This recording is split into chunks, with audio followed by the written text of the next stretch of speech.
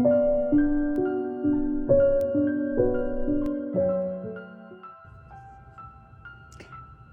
kids, are you ready for your bedtime story? You got your blanket, let me tuck you in right there. Okay, tonight I'm going to be reading you Tractor Mayhem. It was a beautiful sunny day on Friendship Farm, but Hank Hayseed couldn't enjoy it just yet. He had work to do. "When you're finished, we can have a picnic down by the duck pond," said his wife, Molly. "I'll just pop into town for some groceries."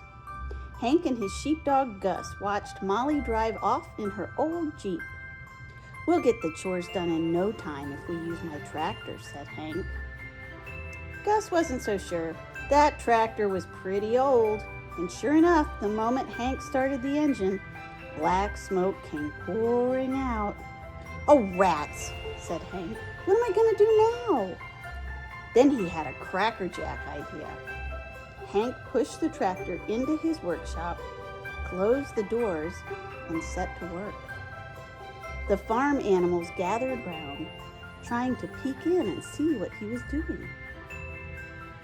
"Every time he tries to fix something, he only makes it worse," clucked Mrs. Beak. "Here he comes," said Gus. "Let's skedaddle." Hank rode out on his tractor. "Yee-haw!" he hollered, waving his hat like a cowboy at a rodeo. The old tractor looked as good as new. Hank had fixed it up, given it a lick of paint, and fitted rocket boosters.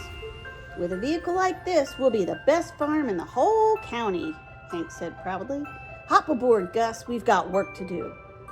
Hank pulled the lever. Flames shot out of the rocket boosters and the tractor zoomed off. Look, here's a picture. Look, it's zooming. Zoom in, flames. Bailey the horse saw the tractor roaring towards him, carrying hay for his breakfast. "About time," he neighed. "I'm starving." Hank pulled the lever to stop the tractor, and that's when everything started to go wrong. Instead of stopping, the tractor went faster. As it shot past, a hay bale flew off the trailer and landed thump on Bailey's head. "Sorry, Bailey," Hank called back over his shoulder. Hank wrestled with the pesky lever, but it was no use, and now they were heading for old Maggie the cow. "The lever's stuck fast," Hank cried as Gus held on. "I do believe," said Maggie grandly, "it is rude for anyone to move that fast." But she moved fast enough herself when she saw the tractor was coming straight for her and wasn't going to stop. Up ahead, Mrs. Beak and her ducklings were paddling on the pond. As the tractor splashed through the water, a wave sent them flying. "We've got to stop this thing," said Hank, grappling with the lever. He gave an almighty tug, and it came off in his hands. "Jumping jelly beans!" Hank cried. "We're out of control!" And that's when Molly arrived home.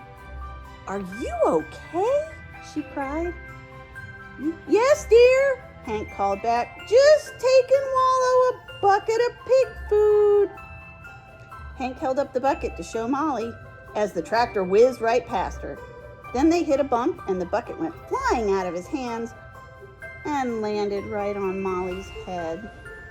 "Hold on tight!" yelled Hank as the tractor zoomed up the sloping roof of Wallow the Pig's sty as if it were a ramp.